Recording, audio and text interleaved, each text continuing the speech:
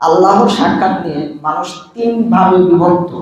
এক শ্রেণীর মানুষ মনে করে যে আল্লাহকে দুনিয়া এবং পরকাল উভয় কালেই দেখা সম্ভব। আরেক শ্রেণীর মানুষ মনে করে যে আল্লাহকে দুনিয়াতেও দেখা যাবে না, মৃত্যুর পরেও দেখা যাবে না। আর তৃতীয় শ্রেণীর মানুষ মনে করে যে দুনিয়াতে আল্লাহকে দেখা না গেলেও মৃত্যুর পরে আল্লাহকে দেখা যাবে। এরা হলো সঠিক পথে আছে। দুনিয়াতে যে আল্লাহকে দেখা সম্ভব নয় এ কথা আল্লাহ রাব্বুল আলামিন পবিত্র কোরআন মাজিদে উল্লেখ করেছেন। কোরআন মাজিদে সব থেকে যে লোকের আলোচনা বেশি এসেছে তার নাম হলো মুসা আলাইহিস সালাম। প্রায় সূরাতে আল্লাহ রাব্বুল আলামিন মুসা আলাইহিস সালামের কথা উল্লেখ করেছেন।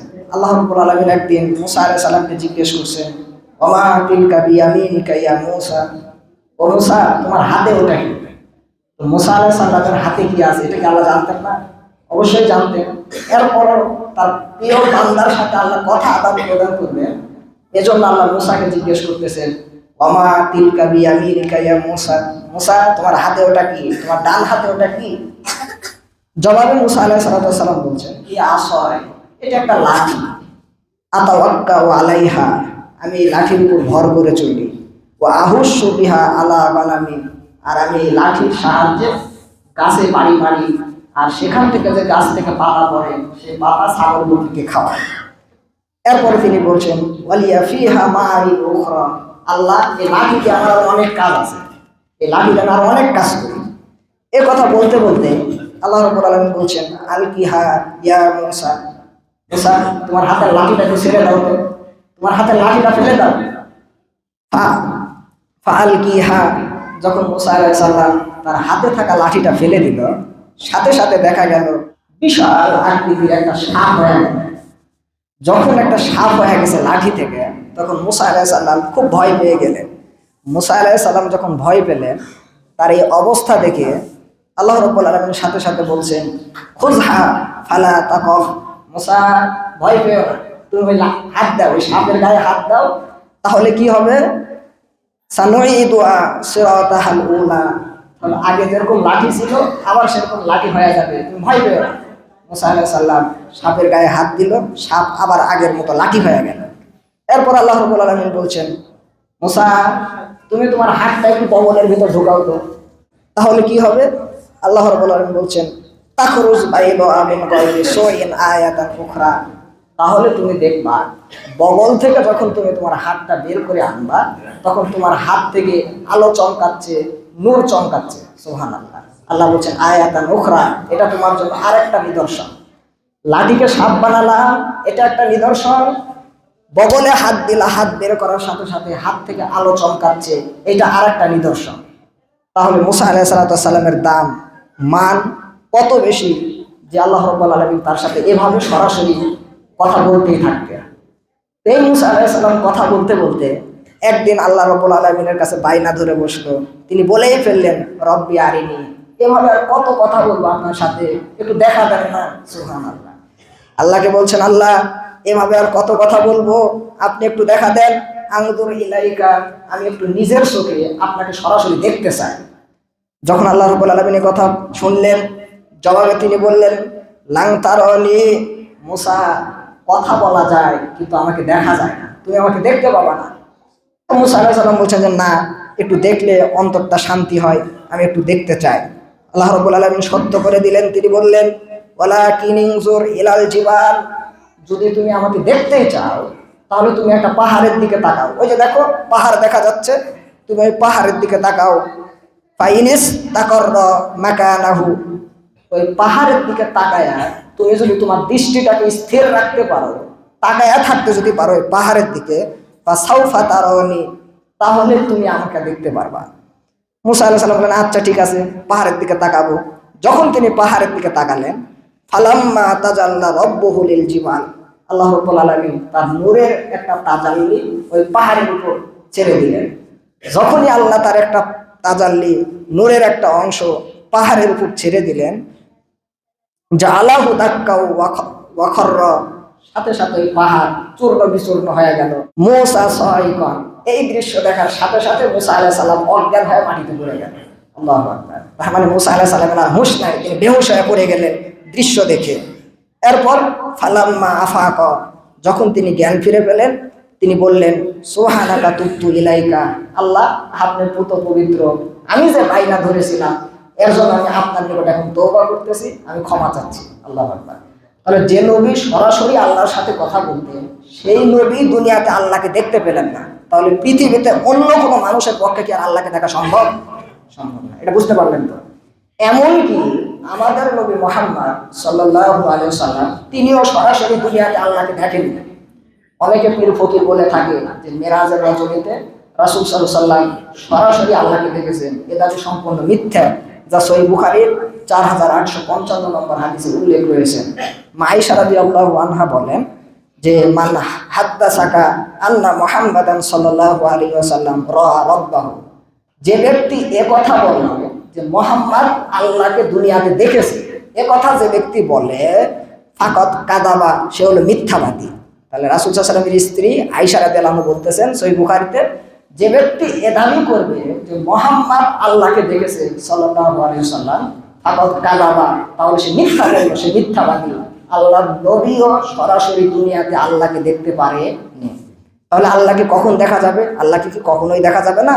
হ্যাঁ, আল্লাহকে দেখা যাবে। কখন দেখা যাবে? মৃত্যুর পরে। আল্লাহকে কখন দেখা যাবে? মৃত্যুর পরে দেখা যাবে। এ কথা কোরআন সুন্নাতে উল্লেখ রয়েছেন।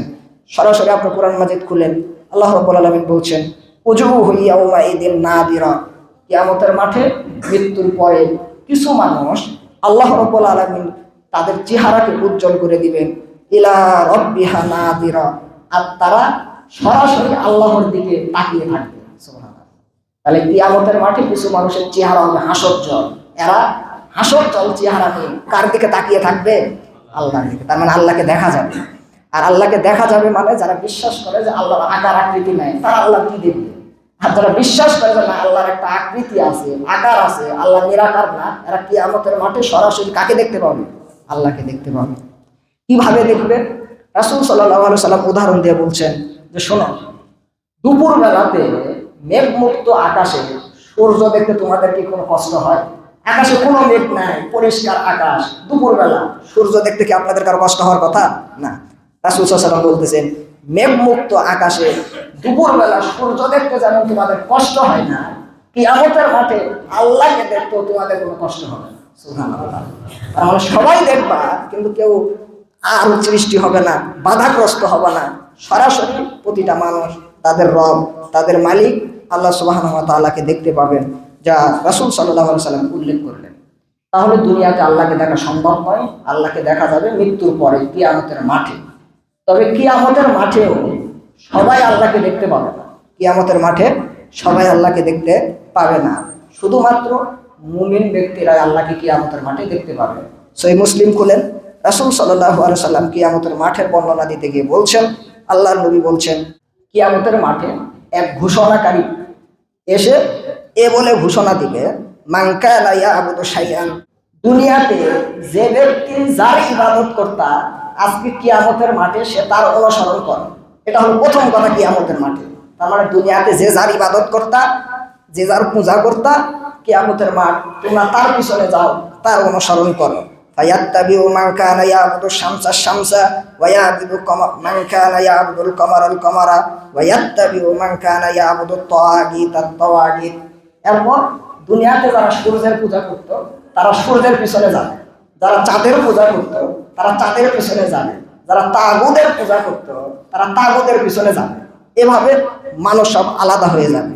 এরপরে আল্লাহ বলবেন যে যে যার পিছনে গিয়েছো তোমরাও জাহান্নামে যাও, দুনিয়াতে যার ইবাদত করতা তারাও জাহান্নামে যাও। তার মানে কিয়ামতের মাঠে প্রথমেই অর্ধেক ছাপ, কিন্তু বুঝতে পারলেন কিনা? কিয়ামতের মাঠে হিসাব করতে অনেক সময় লাগবে না তো। কিয়ামতের মাঠে প্রথমে আল্লাহ বলবে দুনিয়াতে যে যার ইবাদত করতা, যাই কালীর ইবাদত করতা, যাই সরস্বতীর ইবাদত করতা, যাই শহীদ মিনারের ইবাদত করতা, যাই স্মৃতিসৌধের ইবাদত করতা, যাই বাংলাদেশের তথাকথিত মানব রচিত সংবিধানের ইবাদত করতা, আজকে তোমরা তোমাদের ওই নেত্রীকে নিয়ে, ওই নেতাকে নিয়ে, যার পূজা করেছিলাম তাদেরকে নিয়ে একসাথে জাহান্নামে চলে যাবে। তার মানে প্রথমে অর্ধেক মানুষ কিয়ামতের মাঠ থেকে আলাদা হয়ে যাবে, এদের কোনো হিসাব হবে না।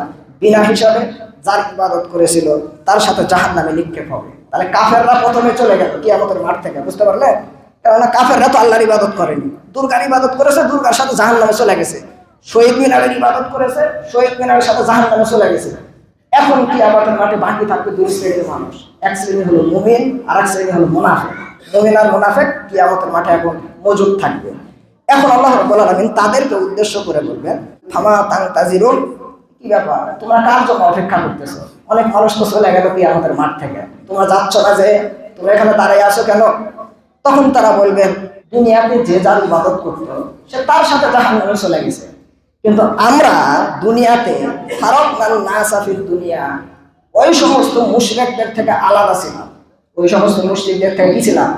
আলাদা ছিলাম। আমরা তো ওদের সাথে তাল মিলাইয়া শহীদ মিনারে যাইনি, আমি তো ওদের সাথে তাল মিলিয়ে স্মৃতিসৌধে যাইনি, আমি তো ওদের সাথে তাল মিলিয়ে নেতার কবরে 1 মিনিট নিরাপত্তা পালন করিনি, আমি তো শিরক করিনি। সুতরাং আমি তাদের সাথে জাহান্নামে যাবো মানে আমি যার ইবাদত করেছি সে আল্লাহ যতক্ষণ না আসবে ততক্ষণ আমরা বিচারের মাঠ থেকে যাবো না। সুবহানাল্লাহ। এই কথা কে বলবে বলেন তো?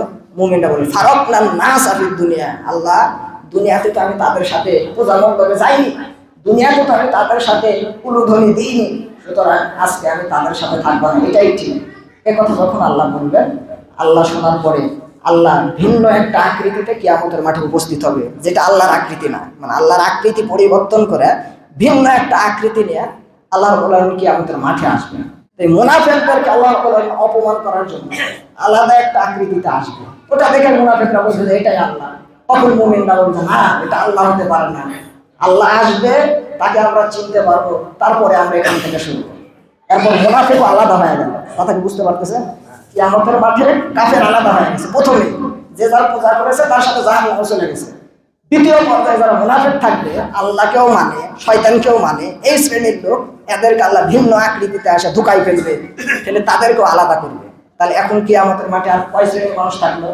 এক শ্রেণী, সেটা কি? মুমিন থাকবে। এখন এই মুমিনরা আল্লাহ রাব্বুল আলামিনকে বলবেন যে আমরা আল্লাহকে দেখলে চিনতে পারবো।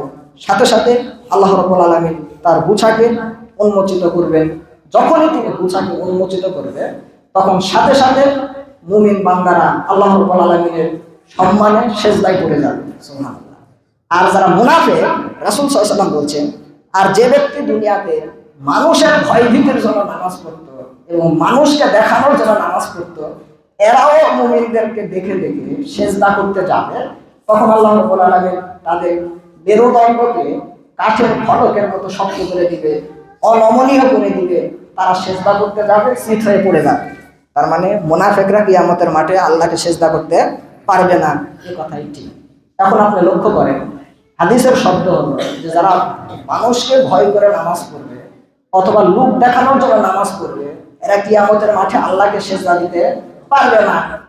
তাহলে বর্তমান সমাজে আমরা দেখি সারা বছর মাথায় টুপি নেয়, সারা বছর মাথায় কি নেয়? টুপি নেয়। এখন ভোটের সময় দেখবেন সব থেকে দামি টুপি তার মাথায়। সারা জীবন নেতাকে মসজিদে খুঁজে পাওয়া যায় না, ফজরের সময় নাক ডেকে ঘুমাতো, এখন ভোটের সময় নেতা মসজিদে আসতেছে। সারা জীবন নেতাকে দেখলাম না জমিতে নেওয়া ধান কাটার জন্য, এখন মোবাইল হাতে নিলেই দেখতেছি কত নেতা জমিতে নামতেছে জনগণের সাথে ধান কাটার জন্য। তার মানে মানুষ দেখানোর জন্য যারা এরকম টুপি মাথায় দিবে, মানুষ দেখানোর জন্য যারা এভাবে নতুন করে নামাজি হবে, এরা দুনিয়াতে নামাজি মানুষকে দেখাতে পারলেও কিয়ামতের মাঠে এরা আল্লাহকে সেজদা দিতে পারবে না। কাজেই সেজদা দিতে হবে শুধুমাত্র কাকে খুশি করার জন্য, কারো ভয়ে নয়, কাউকে দেখানোর জন্য নয়, এ কথাই ঠিক। এখানে আরেকটি বিষয় হলো, যারা দুনিয়াতে সেজদা করতো, নামাজ পড়তো, তারাই হলো কিয়ামতের মাঠে টিকতে পারতেছে না মানুষ দেখানোর কারণে। আর যেই সমস্ত ভদ্র লোকেরা দুই ঈদের নামাজ আর জুম্মার নামাজ আর জানাজার নামাজ ছাড়া হারকিলকে মসজিদে খুঁজে পাওয়া যায় না, এদের কি অবস্থা হবে আপনি চিন্তা করেন। বুঝতে পারবেন? নামাজ পড়ে কিন্তু মানুষ দেখানোর জন্য পড়েছে, এই কারণে কিয়ামতের মাঠে সে আল্লাহকে সেজদা দিতে পারছে না। আর যে একেবারেই নামাজ পড়েনি, এর অবস্থা কি হবে? এর অবস্থা কি হবে আপনি জানেন না? রাসূল সাল্লাল্লাহু আলাইহি ওয়াসাল্লাম বলছেন, এর অবস্থা কি হবে? আল্লাহর নবী বলছেন, মান হাফাজা আলাইয়া কানাত লাহু নূরান ওয়া বুরহানান ওয়া নাহাতাম মিনান নার ইয়াউমাল কিয়ামা। যে ব্যক্তি সালাতের হেফাজত করবে, এই সালাত কিয়ামতের মাঠে তার জন্য আলো হবে, এই সালাত কিয়ামতের মাঠে তার জন্য বাঁচার একটা পথ হবে, জাহান্নাম থেকে বাঁচার একটা ঢাল হবে। এরপর আল্লাহ নবী বলছেন, যে ব্যক্তি সালাত আদায় করবে না তার অবস্থা কি হবে? তার অবস্থা হবে ওয়া কানা ইয়াউমাল কিয়ামাতি মাকা করুন ওয়া ফিরাউন ওয়া হামান ওয়া উবাই ইবনে খালদ। আর যারা দুনিয়াতে আল্লাহকে সেজদা করবে না, যারা দুনিয়াতে সালাত আদায় করবে না, আল্লাহর নবী বলছেন এদের কিয়ামত হবে, এদের হাসর হবে ফেরাউনের সাথে, কারুনের সাথে, হামানের সাথে আর উবাই ইবনে কাবের সাথে। তার মানে যারা দুনিয়াতে সালাত আদায় করবে না, এরা কিয়ামতের মাঠে কাদের কাতারে দাঁড়াবে বলেন? ফেরাউনের কাতারে। কার কাতারে বলেন? ফেরাউনের কাতারে। যারা দুনিয়াতে সালাত আদায় করবে না, এরা হামানের সাথে দাঁড়াবে। যারা দুনিয়াতে সালাত আদায় করবে না, এরা উবাই ইবনে খালফের সাথে কিয়ামতের মাঠে দাঁড়াবে। অবস্থা কত বেগতি হবে বিষয়টি দুনিয়াতেই বিবেচনা করা উচিত, বিবেচনা করে পদক্ষেপ নেওয়া উচিত, এ কথাই ঠিক। আল্লাহ সুবহানাহু ওয়া তাআলা আমাদেরকে বিষয়টি উপলব্ধি করে সালাত আদায় করে আল্লাহর সাথে সাক্ষাৎ করার তৌফিক দেন। সকলে বলে আল্লাহুম্মা আমিন। প্রিয় উপস্থিতি, বলছিলাম দুনিয়াতে আল্লাহকে দেখা সম্ভব নয়, কিয়ামতের মাঠে আল্লাহকে দেখা যাবে এ কথা ঠিক, তবে সবাই দেখতে পাবে না, মুমিন ব্যতীত। মুমিনরাই কেবলমাত্র আল্লাহকে দেখতে পাবে, এ কথাই ঠিক। এখন আপনারা সবাই আল্লাহকে দেখতে চান কিনা কিয়ামতের মাঠে? এতক্ষণ কিন্তু ভূমিকা দিলাম। হ্যাঁ, এখন আপনারা আল্লাহকে দেখতে চান কিনা আগে চিন্তা ভাবনা করেন। এখন দেখতে চাই যদি গুলি ছাড়া লাগে, আল্লাহকে দেখতে তো চাচ্ছেন, এখন দেখতে চাই যদি সুদ ছাড়া লাগে, আল্লাহকে দেখতে চাচ্ছেন, দেখতে চাই যদি দল ছাড়া লাগে, আল্লাহকে তো দেখতে চান, আগে হিসাব করেন। আপনারা অনেক ওয়াজ মাহফিলে বক্তাদেরকে একের খেপায় দেন, দেখ আজকে শহীদ হয়ে যাবে হুজুর, এরপর বাড়িতে যা ফজরের আপনার মসজিদে পূজা পাওয়া যাবে, মুনাফিকের দরকার নেই। তারা অন্তর দিয়ে আগে ভাবালেন যে হুজুর এখন যে আলোচনা করবে যে দুইটি কাজ করলে আল্লাহকে কিয়ামতের মাঠে দেখা যাবে, আমি কি আসলে এই দুইটি কাজ করার জন্য প্রস্তুত আছি? এখন এই দুইটি কাজ করতে যায় আমাকে যদি বোনের জমি ফেরত দেওয়া লাগে, দেওয়া লাগবে। আল্লাহকে দেখতে গিয়ে আমাকে যদি দল ছাড়া দেওয়া লাগে, তাহলে দেওয়া লাগবে। এরকম সব সাহস আছে তো আপনাদের? হ্যাঁ, ইনশাআল্লাহ। তাহলে আমরা আল্লাহকে দেখতে চাই, তাই কি? আল্লাহকে দেখতে চাইলে রাসূল সাল্লাল্লাহু আলাইহি সাল্লাম বলছেন, মান আহাব্বা লিকা আল্লাহ আহাব্বাল্লাহু লিকাহু। যে ব্যক্তি আল্লাহর সাক্ষাৎ চায়, আল্লাহ ওই ব্যক্তিকে সাক্ষাৎ দেওয়ার জন্য পছন্দ করে। সুবহানাল্লাহ। তারা যে আল্লাহকে দেখতে চায়, আল্লাহও চায় যে আমি তার সাথে দেখা করি। আর যে ব্যক্তি আল্লাহর সাক্ষাৎ চায় না, এমন ব্যক্তির সাথে আল্লাহ সাক্ষাৎ করতে চায় না, যা রাসূল সাল্লাল্লাহু আলাইহি ওয়াসাল্লাম উল্লেখ করলেন। অতএব আমরা আল্লাহকে দেখতে চাই, প্রথম কথা। এখন আল্লাহকে দেখতে লাগলে আপনাকে সূরা কাহাফ 110 নম্বর আয়াত পড়তে হবে। সূরা কাহাফের 110 নম্বর আয়াত, 10 এটাই শেষ আয়াত, এরপর আর আয়াত নাই। আয়াত আল্লাহ রাব্বুল আলামিন বলছেন, ফামান কানা ইয়ারজু লিকা রাব্বিহি ফালিয়ামাল আমালান সালিহান। মহান আল্লাহ বলেন, ফামান কানা ইয়ারজু লিকা রাব্বিহি, যে ব্যক্তি আল্লাহর সাথে সাক্ষাৎ করতে চায় সে যেন ফালিয়ামাল আমালান সালিহা, সৎ আমল করে। তাহলে আল্লাহকে যারা দেখতে চায় তাদেরকে কি আমল করতে হবে? সৎ আমল করতে হবে। পৃথিবীতে তো অনেক আমল আছে, নাই? আমলের অভাব নাই, কিন্তু সৎ আমল কোনটা? পবিত্র কোরআন এবং সহিহ হাদিসে বর্ণিত যত আমল আছে ওগুলো সৎ আমল। যে আমলের দলিল কোরআন হাদিসে নাই, বুঝতে হবে ওটা কখনো সৎ আমল হতে পারে না। আর আল্লাহ আপনার সাথে সাক্ষাৎ করবে সৎ আমলের বিনিময়ে। এখন আপনি চিন্তা করেন, আমি তো সকাল থেকে সন্ধ্যা পর্যন্ত এত আমল করি, এই আমলগুলা কি সৎ আমল না ভুল আমল? এগুলো কি আল্লাহর আমল নাকি শয়তানের দেওয়া আমল? বিবেচনা করতে হবে না? আপনি কি কি আমল করেন? 16 ডিসেম্বরে আপনি একটা আমল করলেন, গিয়ে ফুললে আপনি চলে গেলেন স্মৃতিসৌধে নেতার কথা শুনে, তাই না? সেখানে গিয়ে 1 মিনিট নীরবতা পালন করলেন, তারপরে সেখানে ফুল দিলেন, সবাই মিলে সম্মিলিত মোনাজাত করলেন। এগুলো একটা আমল কিনা? এখন আপনি কোরআন হাদিসে বুঝতে হবে যে এই আমলের ভিত্তি কোরআন হাদিসে আছে কিনা। যদি থাকে তাহলে এটা সৎ আমল। আর এই আমলের বিধান যদি রাসূল দিয়ে না যায়, কোরআন সুন্নাতে বর্ণিত না হয়, এটা যত ভালোই আপনার কাছে মনে হোক না কেন, এই আমলের বিনিময়ে আল্লাহ সাক্ষাৎ পাওয়া সম্ভব হবে না। তাহলে ছেড়ে দিতে হবে যদি কোরআন সুন্নাতে না থাকে। আর যদি থাকে তাহলে আপনি করেন, কোনো সমস্যা নেই। কাজে প্রিয় উপস্থিতি, আমল করতে হবে সৎ আমল।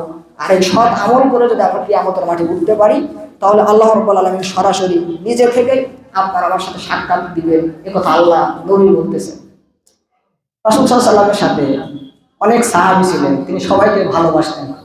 তবে সব থেকে দামি সম্পর্ক ছিল, মধুর সম্পর্ক ছিল জাবের রাদিয়াল্লাহু আনহুর সাথে। কার সাথে? জাবের রাদিয়াল্লাহু আনহু। তো জাবের রাদিয়াল্লাহু আনহুর সাথে কেমন সম্পর্ক ছিল? জাবের রাদিয়াল্লাহু আনহুর সাথে রাসূল সাল্লাল্লাহু আলাইহি ওয়াসাল্লাম একটা যুদ্ধে যাচ্ছিলেন। তো যুদ্ধে যাওয়ার সময় সবাই উঠে চড়ে আগে যাচ্ছে, ঘোড়াতে চড়ে আগে যাচ্ছে, কিন্তু জাবের রাদিয়াল্লাহু আনহু পিছ পড়ে যাচ্ছেন, খালি পিছনে থাকতেছেন, তিনি আর আগে আসতে পারতেছেন না। তো রাসূল সাল্লাল্লাহু আলাইহি ওয়াসাল্লাম তার সাথে এসে জিজ্ঞেস করেছেন, কি ব্যাপার জাবের, সবাই তোমার আগে চলে যাচ্ছে, তুমি এত পিছ পড়ে আছো কেন? তখন জাবের বলেছেন, আল্লাহর নবী, আমার যে উট এটা খুবই দুর্বল, একেবারে বৃদ্ধ, এ চলেই না, জোর করে একে নিয়ে যাচ্ছে, এর কোনো গতিই নাই। তখন আল্লাহ নবী বলছেন, জাবের তোমার কাছে কি কোনো চাবুক আছে, কোনো লাঠি আছে, থাকলে দাও তো। আল্লাহ নবীকে যখন একটা চাবুক দেওয়া হলো, তো চাবুক দিয়ে আল্লাহ নবী উঠে পিছনে একটা ঘুতা মারলেন, তার গায়ে একটা ধাক্কা মারলেন। যে রাসূল সাল্লাল্লাহু আলাইহি ওয়াসাল্লাম একটা ঘুতা মেরেছেন, এখন জাবের বলতেছেন রাসূল সাল্লাল্লাহু আলাইহি ওয়াসাল্লামের ঘুতাতে আমার উট, আমার যানবাহন সবাইকে অতিক্রম করে চলে যেতে লাগলো। সুবহানাল্লাহ। যখন আমি পৌঁছে গেলাম অর্ধেক রাস্তায়, রাসূলের সাথে হলাম, তখন আল্লাহ নবী বলতেছেন, জাবের তুমি কি তোমার এই উট আমার কাছে বিক্রি করবা? তা আমি জাবের চিন্তা করলাম, হায় রে উট, যে উট চলেই না, এটা তো বিক্রি করতে পারলেই বাঁচে। তো রাসূল কিনে নিতে চাচ্ছেন, হ্যাঁ অবশ্যই বিক্রি করবো, বিক্রি করলে কিছু টাকা পাবো, সেখান থেকে আমার উপকার হবে। আল্লাহ নবীকে বলছেন, শোনেন বিক্রি করবো, তবে একটা শর্ত আছে। কি? আমি মদিনাতে আগে পৌঁছবো, তারপরে বিক্রি করবো, রাস্তায় বিক্রি করবো। তাহলে আমি এই রাস্তায় বিক্রি করে বাকি রাস্তা যাবো কিভাবে? বুঝতে পারেন? রাস্তায় বিক্রি হবে না। আচ্ছা ঠিক আছে, যাবেন মদিনাতে গিয়ে এই উটটা দিও, তোমাকে দাম দিয়ে দেবো। জাবের রাদিয়াল্লাহু আনহু সফর শেষ করে যখন মদিনাতে আসলেন, আল্লাহ নবী জাবেরকে দেখে বলতেছেন, বেলাল, জাবেরের কাছ থেকে উটটা আমি কিনে নিয়েছি, দাও, জাবেরকে উটের দাম দিয়ে দাও। জাবেরকে যখন উটের দাম দিল, জাবের তো খুশিতে বাঁকবাক নেই, কারণ একেবারে অসল একটা উট বিক্রি করতে পারবো, কিছু টাকা পেল, খুব খুশি। এখন খুশির মধ্যে জাবের রাদিয়াল্লাহু আনহু যখন চলে যাচ্ছেন, পিছন দিক থেকে আল্লাহ নবী আবার ডাক দিচ্ছেন, জাবের শুনে যাও। এখন জাবের রাদিয়াল্লাহু আনহুর মন খুব খারাপ, মাত্র কিনা নিল, আবার পিছন থেকে ডাকতেছে, মনে হয় উটটা ফেরত দিবে, পছন্দ হয়, মনটা খুব খারাপ, আমার খুব কষ্ট লাগে, আবার পিছনে থেকে ডাকে কেন? তার মানে উটের টাকা হয়তো ফেরত নেয়, উট ফেরত দিবে। জাবের রাদিয়াল্লাহু আনহু যখন রাসূল সাল্লাল্লাহু আলাইহি ওয়াসাল্লামের কাছে পৌঁছে গেলেন, তখন আল্লাহ নবী বললেন, খুদ জামালাকা ওয়ালাকা সামানুহু, জাবের উটের দাম দিয়েছি তোমাকে, দামটা তোমার কাছে রেখে দাও, এবং যেই উট আমি কিনে নিয়েছিলাম এই উটটাও তোমাকে দিয়ে দিলাম, এটাও তুমি নিয়ে যাও। সুবহানাল্লাহ। এখন দামও নাও, উটও নাও, নিয়ে চলে যাও। তাহলে সম্পর্ক কত ভালো সেটা আপনি বুঝতে পারলেন। ওই যে খন্দকের কাহিনী আপনি জানেন, কি খন্দকের যুদ্ধে যখন পরিখা খনন করবে, তখন খনন করতে গিয়ে দেখা গেল বিশাল একটা পাথর, যেটা সাহাবীরা ভাঙতে পারতেছে না।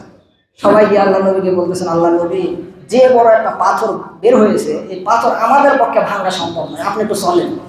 রাসূল সাল্লাল্লাহু আলাইহি ওয়াসাল্লাম চলে গেলেন পাথর ভাঙার জন্য, নিজে খন্দকে নামলেন, নেমে একটা কোদাল নিয়ে যখন ওই পাথর বরাবর একটা বাড়ি মারলেন, সাথে সাথে ওই পাথরটা ধুলাই পরিণত হয়ে গেল। সুবহানাল্লাহ। তো রাসূল যখন কোদাল আলোক করে উঁচু করে পাথর বরাবর বাড়ি মেরেছেন, তো রাসূল সাল্লাল্লাহু আলাইহি ওয়াসাল্লামের ভিতর থেকে জাবের রাদিয়াল্লাহু আনহু লক্ষ্য করেছেন যে আল্লাহর নবীর পেটের ভিতরে পাথর বাঁধা আছে। আল্লাহু আকবার। তার মানে খাবার খায়নি, পাথরে একটা শীতলতা অনুভব হয়, এটা পেটের সাথে লেগে থাকলে সাময়িক ক্ষুধার কষ্ট থেকে রক্ষা পাওয়া যায়। তো রাসূল সাল্লাল্লাহু আলাইহি ওয়াসাল্লাম ক্ষুধার যন্ত্রণা চাপা দেওয়ার জন্য একটা ঠান্ডা শীতল পাথর খণ্ড আল্লাহ নবী পেটের সাথে বেঁধে রাখিছে। সব সাহাবীরা দেখতেছে যে আল্লাহর নবী কোদালের বাড়ি দিয়ে কি ভাঙতেছে, পাথর ভাঙতেছে। আর জাবের রাদিয়াল্লাহু আনহু লক্ষ্য করে দেখতেছেন যে আল্লাহর নবীর পেটে পাথর, তার মানে রাসূল সাল্লাল্লাহু আলাইহি ওয়াসাল্লাম ক্ষুধার্ত। তিনি কাউকে না বলে বাড়িতে চলে গেছে। স্ত্রীকে বলতেছেন, রাসূলকে তো এই অবস্থায় ছেড়ে এসেছি, বাড়িতে কিছু আছে? হ্যাঁ আছে, এক জব আছে। আচ্ছা ঠিক আছে, এটা পিষতে থাকো, এটা দিয়ে রুটি করতে হবে। আর কি আছে? ছোট্ট একটা ছাগলের বাচ্চা আছে, ঠিক আছে জবাই করে দিচ্ছি, রান্না তৈরি করো, আমি রাসূলকে দাওয়াত দিচ্ছি। জাবেরের বউ বলতেছেন, আয়োজন খুবই স্বল্প, তুমি রাসূলকে কানে কানে গিয়ে দাওয়াত দিও। রাসূল সাল্লাল্লাহু আলাইহি ওয়াসাল্লামের কাছে জাবের চলে আসলো, এসে আল্লাহ নবীকে ডাক দিয়ে বলতেছেন, আল্লাহ নবী কানে কানে একটা কথা আছে। কি কথা? আমি লক্ষ্য করলাম আপনি ক্ষুধার্ত, তাই বাড়িতে গিয়ে সামান্য একটু খাবারের আয়োজন করে আসলাম। আপনি চলেন এবং আপনার সামনে মাত্র কয়েকজন সাহাবী নিয়ে আমার বাড়িতে চলেন, খাবারের ব্যবস্থা হয়েছে। এ কথা বলতে দেরি হয়েছে, রাসূল সাল্লাল্লাহু আলাইহি ওয়াসাল্লাম উঁচু গলায় জিহাদের মাঠে ডাক দিয়ে বলতেছেন, এ খন্দকে পরীক্ষা খননকারী উপস্থিত সাহাবীরা শুনে রাখো, জাবের রাদিয়াল্লাহু আনহু তোমাদের জন্য বাড়িতে খাবারের আয়োজন করেছে, তোমরা সবাই চলো, আমরা জাবেরের বাড়িতে দাওয়াত খাবো। দাওয়াত দিল কয়জনাকে? অল্প কয়েকজনাকে। আর রাসূল সাল্লাল্লাহু আলাইহি ওয়াসাল্লাম সব সাহাবীকে দাওয়াত দিলেন। সেই দিন উপস্থিত সাহাবীর সংখ্যা ছিল 1000। কয় হাজার? ছোট্ট একটা ছাগল আর এক সা খেজুর, এক সা জব। আপনারা যাকাতুল ফিতরা দেন পয়সা, হ্যাঁ এক সা দেন না যাকাতুল ফিতরা, তো এক সা জব, এটা কি আর হয় নাকি? জাবের রাদিয়াল্লাহু আনহু বলতেছেন, সমস্যা নেই, দাওয়াত যিনি দিয়েছেন তিনি বিষয়টা দেখবেন। আল্লাহ নবী বলছেন, জাবের আমি যাওয়ার আগ পর্যন্ত খবরদার চুলা থেকে তরকারি নেওয়া না আর রুটি বানানো শুরু করবো না। আল্লাহ নবী গেলেন, তেনার মুখ থেকে লালা মিশ্রিত তরল পদার্থ বসতে মিশালেন এবং রুটিতে আটাতে মিশালেন, মিশিয়ে বরকতের দোয়া করলেন আর বললেন, তুই খাওয়াতে থাকো। জাবের রাদিয়াল্লাহু আনহু বলতেছেন, আল্লাহর কসম করে আমি বলতেছি, 1000 মানুষ তৃপ্তি সহকারে খাবার খেয়ে গেছে। এরপরে পাতিলে গিয়ে দেখি গোস্ত আগে যতটুকু ছিল 1000 মানুষ খাওয়ার পর গোস্ত ওই অবস্থায় আছে। তাহলে এখানে আমি আপনাকে বুঝালাম সাহাবী তো অনেক ছিল, রাসূলের পেটে ক্ষুধা, তার পেটে পাথর, এটা কিন্তু সবাই দেখতে পায়নি, যাদের দেখতে পেয়েছে তার মানে তার সাথে কি সম্পর্ক বুঝলেন? এত দামি ঘনিষ্ঠ সম্পর্কের লোক ছিল জাবের রাদিয়াল্লাহু আনহু। এই জাবের রাদিয়াল্লাহু আনহু একদিন মন খারাপ করে বসে আছে, খুব মন খারাপ, একেবারে মন মলিন করে এক জায়গাতে বসে আছে।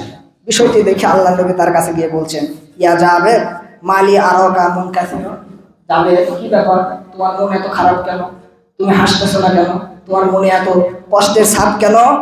জবাবে জাবের বলছেন, আল্লাহর নবী আমার বাপ শহীদ হয়েছে, আর তিনি আমার উপরে কিছু ঋণ রেখে গেছে, আর তিনি কিছু সন্তান রেখে গেছে, এদেরকে আমার দেখাশোনা করতে হবে, তাই আমার খুব মন খারাপ, এত ঋণ আমি কিভাবে পরিশোধ করব?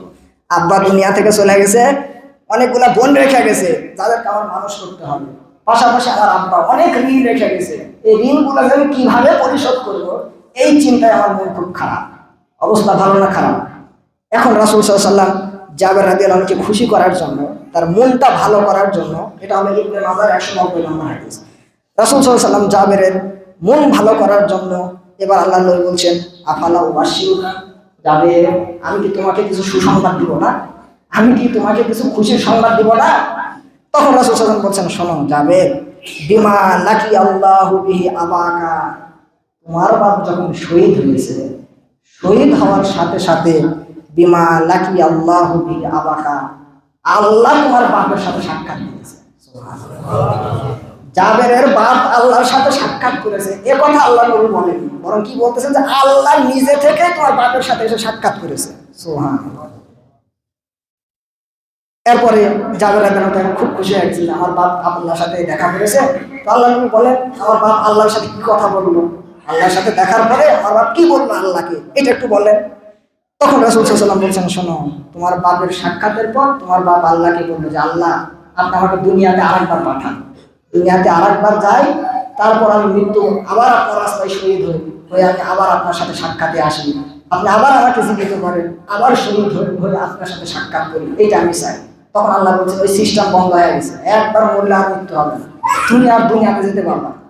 তখন আচ্ছা ঠিক আছে, দুনিয়াতে যেহেতু যাবোই না, আপনার সাথে আমার যে সাক্ষাৎ হবে এটা আমার পরিবারের লোকদের বলে দেন। তো রাসূল আল্লাহ বললেন, এই দোয়া কবুল করে রাসূলের মাধ্যমে জাবেরকে বলে দিলেন, জাবের মন খারাপ করো না, তোমার বাপ এমন আমল করে দুনিয়া থেকে বিদায় নিয়েছে যে তোমার বাপ শাহাদাত বরণ করার সাথে সাথে সরাসরি আল্লাহ রাব্বুল আলামিন তোমার বাপের সাথে সাক্ষাৎ করেছে, বলি সুবহানাল্লাহ।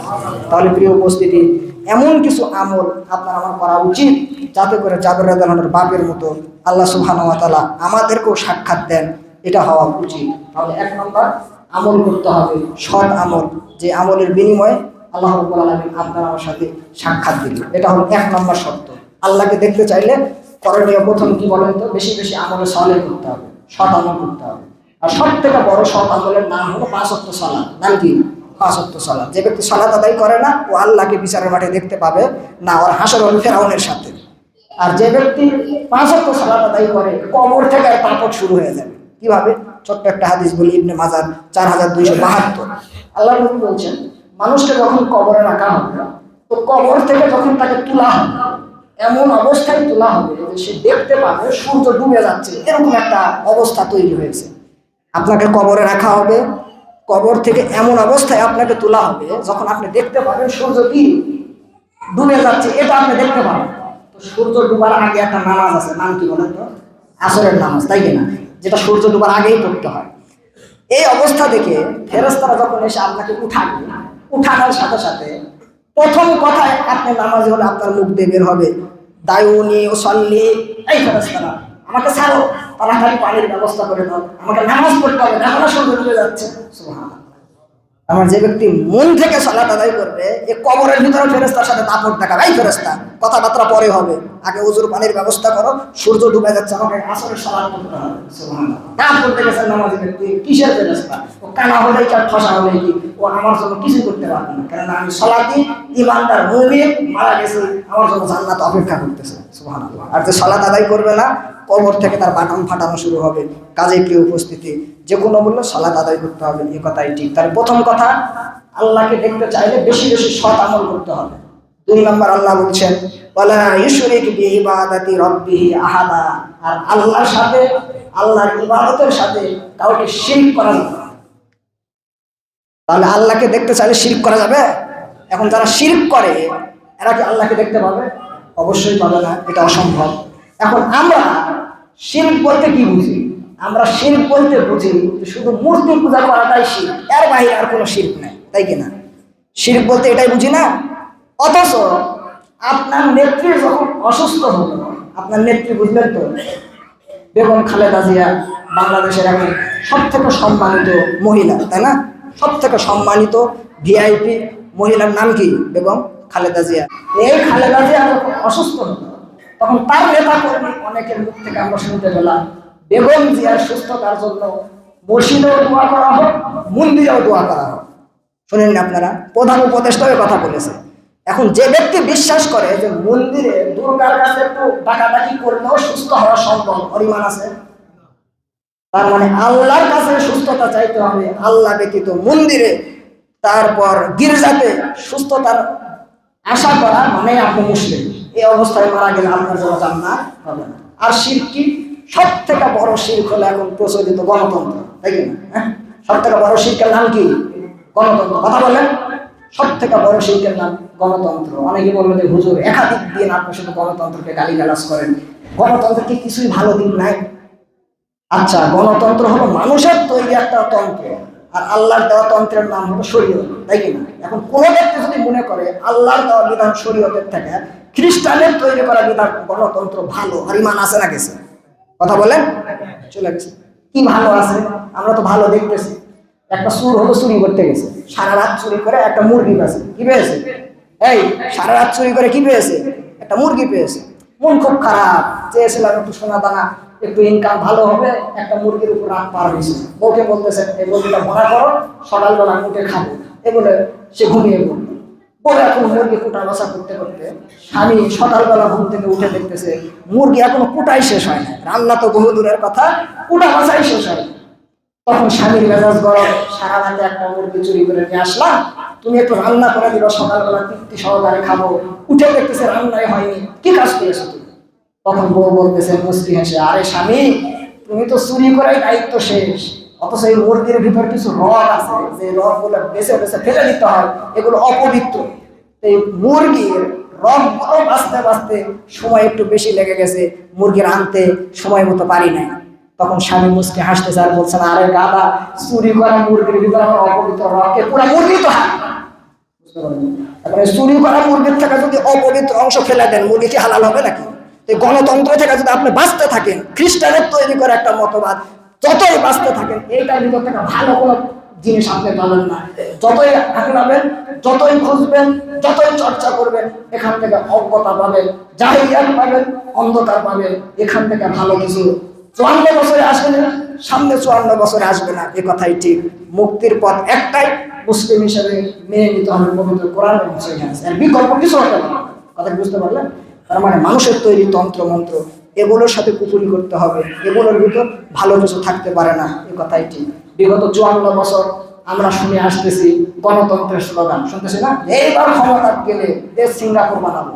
আর বিগত 17 বছর তো চোখের সামনে দেখা কত উন্নয়নের কাহিনী আপনাকে আমাকে শোনানো, অথচ এত উন্নয়ন করেছে যে এদেশের একটা নেতা অসুস্থ হলে তার চিকিৎসা করার মতো নির্ভরযোগ্য হাসপাতাল বাংলাদেশে তৈরি করতে পারেনি, তাই কিনা?